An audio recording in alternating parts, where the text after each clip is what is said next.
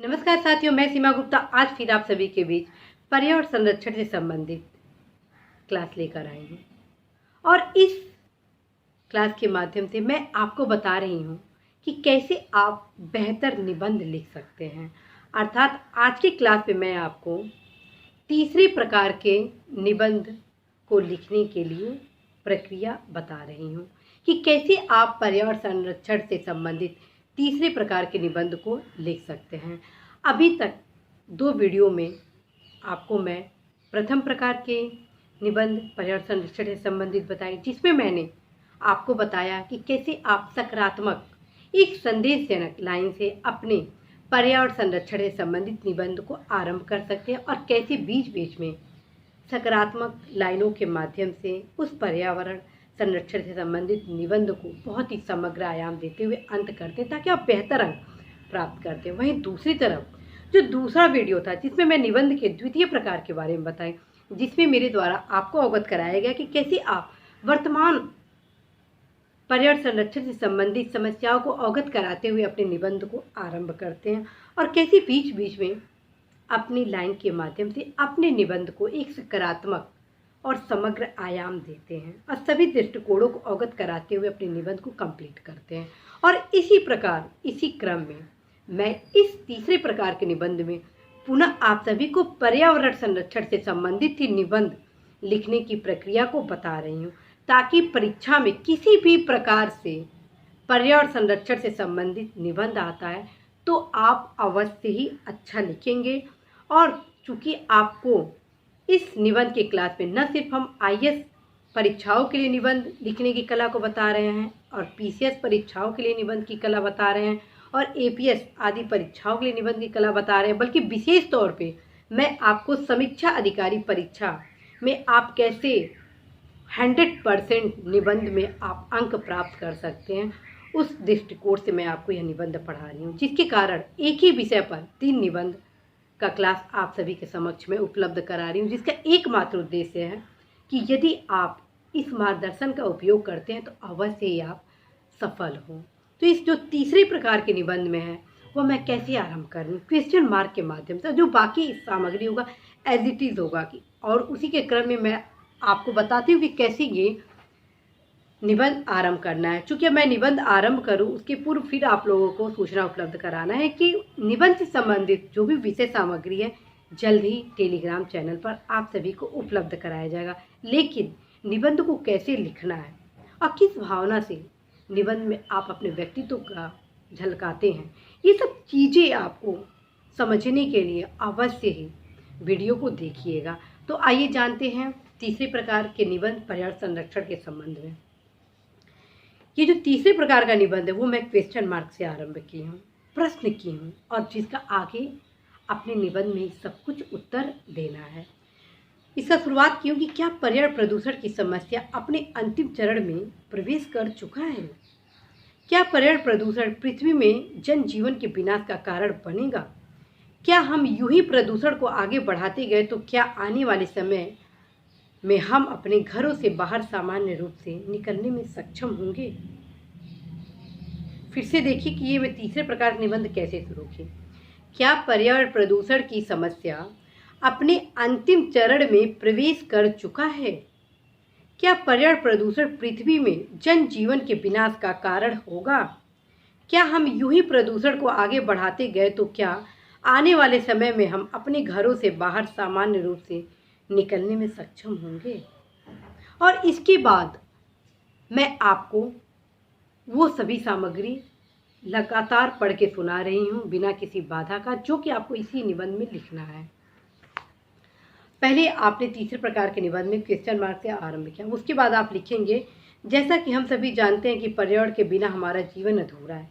पर्यावरण से ही हमें अपने जीवन की तमाम आवश्यक तत्वों की प्राप्ति होती है। पर्यावरण हमें जीवन भर निस्वार्थ भाव से हमारी सुख समृद्धि एवं विकास के मार्ग को प्रशस्त करता है। साथ ही साथ हमारे समाज एवं देश के हितों के लिए लगातार कार्य करता है। बावजूद हम सभी लगातार पर्यावरण का अतिरिक्त दोहन कर रहे हैं। क्या इस प्रकार का दोहन उचित है?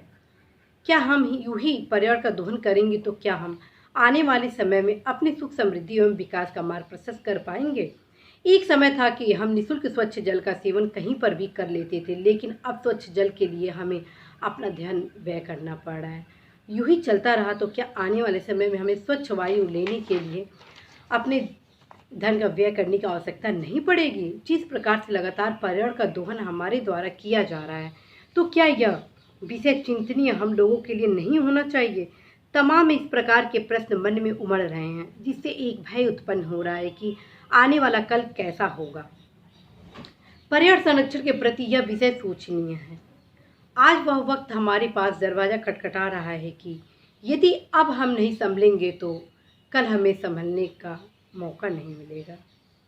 पर्यावरण का आओ करे संरक्षण, नहीं तो प्रदूषण कर जाएगा हम सबका भक्षण।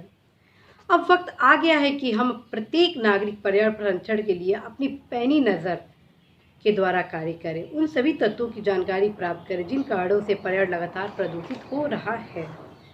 उद्योगों की चिमनियों, फैक्ट्रियों, वाहनों से निकलते धुआं और दफ्तरों, घरों में विविध उपकरणों से निकलने वाले गर्म वाष्प, औद्योगिक इकाइयों से निकलने वाला अपशिष्ट कचरा, ताप, बिजली घर, उपभोक्तावादी संस्कृति के कारण chlorofluorocarbon, carbon dioxide, carbon monoxide, sulphur oxide, nitrogen oxide आदि गैसों के कारण वातावरण पर नकारात्मक प्रभाव पड़ रहा है।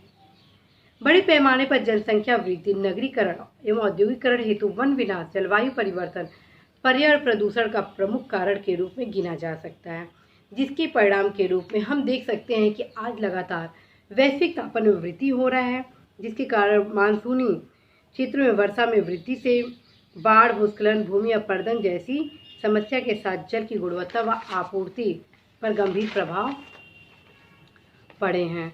जल स्रोतों के वितरण पर लगातार गंभीर प्रभाव पड़ रहा है। उच्च अक्षांश वाले देशों तथा दक्षिण पूर्व एशिया के जल स्रोतों की अधिकता देखी जा रही है, तो मध्य एशिया के निम्न अक्षांशों में जल की कमी अभी भी दिखाई देनी आरंभ हो गई है। लगातार हमारे द्वारा वैज्ञानिक ढंग से वनों के अतिरिक्त दोहन के कारण जीवों की संख्या में कमी, उनके विलुप्त होने तथा नए जीवों के प्रवेश से जैव विविधता में प्रश्न चिन्ह खड़ा हो रहा है। मानव द्वारा पारिस्थितिकी के अनुकूल गतिविधियों को संचालित नहीं करने के कारण निकट भविष्य में पर्यावरण प्रदूषण समस्या काल का काल बनेगा। कुल मिलाकर जैसा हम करेंगे वैसा हम भरेंगे। यदि हम पर्यावरण प्रदूषण को नहीं रोकेंगे तो हम बेकार मौत मरेंगे। आज जल प्रदूषण, वायु प्रदूषण, भूमि प्रदूषण, ध्वनि प्रदूषण एवं हमारी निस्वार्थ से परिपूर्ण जीवन शैली भरे प्रदूषण ने धरती मैया को लगातार दीमक की तरह खोखला बना रखा है। यदि अब हम सचेत नहीं हुए तो फिर हमें दोबारा अवसर मिलने वाला नहीं है। हम सबको आज अपने आप से यह शपथ लेना होगा कि पर्यावरण को हम सब मिलकर रखेंगे स्वच्छ और प्रदूषण का करेंगे अंत। हर्ष की बात है कि आज पर्यावरण प्रदूषण समस्या को दूर करने के लिए विश्व के अनेक देशों के साथ भारत सरकार द्वारा समग्र प्रयास किया जा रहा है। विश्व स्तर पर पर्यावरण के संरक्षण के लिए स्टॉकहोम सम्मेलन, संयुक्त राष्ट्र पर्यावरण कार्यक्रम, वन्य जीव संरक्षण समझौता, वियना समझौता, मॉन्ट्रियल समझौता, पृथ्वी शिखर सम्मेलन, क्योटो प्रोटोकॉल के साथ साथ अनेक क्षेत्रीय आर्थिक संगठनों द्वारा पर्यावरण संरक्षण के लिए कार्य किया जा रहा है। साथ ही साथ अनेक देशों द्वारा द्विपक्षीय बहुपक्षीय देशों के बीच जो समझौते का आधार है वह पर्यावरण संरक्षण को लेकर किए जा रहे हैं।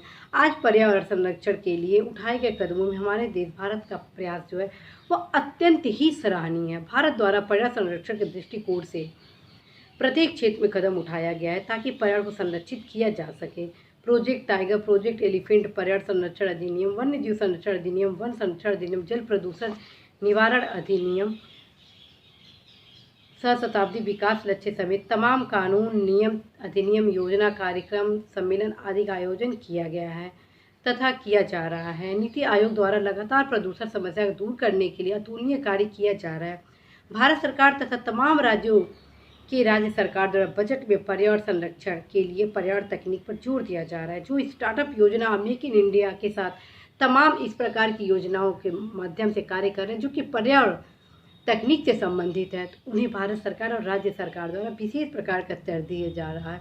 इसी के साथ साथ जो स्वयं सहायता समूह, गैर सरकारी संगठन, अनेक संस्था, समितियां, फाउंडेशन उन्हें पुष्पित पल्लवित करने का कार्य किया जा रहा है जो कि पर्यावरण जागरूकता के प्रति कार्य कर रहा है। हर्ष की बात है कि आज प्रत्येक देशवासी पर्यावरण समस्या को जानने समझने लगे हैं कि कैसे लगातार पर्यावरण प्रदूषण के कारण वह प्रत्यक्ष एवं अप्रत्यक्ष रूप से प्रभावित हो रहे हैं। अब ज़रूरत है कि हम सभी को जागरूक होना, क्योंकि जब तक हम जागरूक नहीं होंगे तब तक हम पर्यावरण संरक्षित नहीं कर पाएंगे। हमें अब प्रत्येक दशा में पर्यावरण संरक्षण के लिए अपना कदम बढ़ाना होगा। साथ ही साथ जन जन को यह संदेश भी देना होगा कि आओ एक पेड़ लगाएं, पर्यावरण को स्वच्छ बनाएं, एक एक जल की बूंद को हम बचाएंगे, सबके जीवन को सुरक्षित बनाएंगे। शोर शराबा नहीं मचाएंगे, हम सब ध्वनि प्रदूषण को दूर भगाएंगे, वायु प्रदूषण को दूर भगाएंगे, अपने देश में पर्यावरण भविष्य को सुरक्षित बनाएंगे। निष्कर्षतः हमें भारत सरकार एवं राज्य सरकार द्वारा चलाई जा रही योजनाओं के क्रियान्वयन पर न सिर्फ बल देना होगा, बल्कि आम जनता को इन नियमों आदि के बारे में जागरूक करके सतत विकास की संकल्पना को साकार करना होगा। वह दिन दूर नहीं है जब हम पर्यावरण संरक्षण संदेश को जन जन तक उपलब्ध कराते हुए पर्यावरण संरक्षण के उद्देश्य को चरितार्थ करेंगे। तो साथियों, आपने देखा कि कैसे मैंने तीसरे प्रकार के निबंध में उन तमाम तथ्यों, विषय सामग्री को इस निबंध में समायोजित करते हुए एक अलग प्रकार के निबंध को लिखने का प्रयास किया, और कैसे आप एक अलग पहचान के साथ एक नवीन निबंध को लिखते हैं। तो साथियों, मुझे पूर्ण भरोसा है कि आप अवश्य इस निबंध क्लास से लाभ लेंगे। अब प्राप्त दिशा निर्देशों के अनुरूप हमेशा आप निबंध लिखने का प्रयास अभी से आरंभ कर देंगे। जो भी वीकेंड आता है तो अवश्य ही आप निबंध लिखेंगे। निबंध लिखते समय कुछ महत्वपूर्ण जो चीज़ें हैं उसको विशेष आप ध्यान देंगे। सबसे पहले आप हेडिंग का प्रयोग नहीं करेंगे, क्योंकि यह हाई स्कूल, इंटर या ग्रेजुएशन का कोई परीक्षा नहीं है, बल्कि एक प्रतिष्ठित परीक्षा है जिसमें हेडिंग की अपेक्षा नहीं होती। दूसरा चीज़, जब भी आप निबंध लिखें तो पैराग्राफ अवश्य बनाएं। तीसरा चीज़, जब भी आप निबंध लिखें तो शब्दों के बीच, लाइन के बीच थोड़ा सा दूरी बनाएं। चौथा चीज़, आप जब भी निबंध लिखें तो प्रयास करें एक दो लाइन स्लोगन के रूप में अवश्य बीच बीच में डालते जाएं। पांचवा चीज़, आप निबंध लिखें तो स्पष्ट राइटिंग में लिखिए ताकि वो समझ में आए कि आप क्या लिखते हैं, क्योंकि निबंध लिखने के लिए आपके पास पर्याप्त समय होता है, तो ज़्यादा आप जल्दी ना मचाएं। छठवां और सबसे महत्वपूर्ण चीज़, निबंध लिखने के पूर्व आप अवश्य ही निबंध की सारी रूपरेखा का छोटा छोटा पॉइंट कहीं आप छोटे से समरी के रूप में बना लेंगे ताकि कोई पॉइंट न छूटे, अर्थात प्रस्तावना कहाँ से आरंभ करेंगे, दूसरा बीच में क्या आपका ढांचा होगा, भारत सरकार, विश्व सरकार द्वारा क्या प्रयास किए जा रहे, क्या समस्या है, क्या उसके निदान है, आपके क्या सुझाव हैं, और जो निष्कर्ष होगा वह कैसा होगा, इसका एक खाका आप पहले ही कहीं आप किनारे बना लेंगे। तो साथियों, मुझे पूर्ण भरोसा है कि इस निबंध में जो आप सभी को दिशा निर्देश दिया जा रहा है उसका आप अवश्य ही पालन करेंगे। इसी महत्वपूर्ण क्लास के साथ मैं सीमा गुप्ता आप सभी से विदा लेती हूँ। नमस्कार।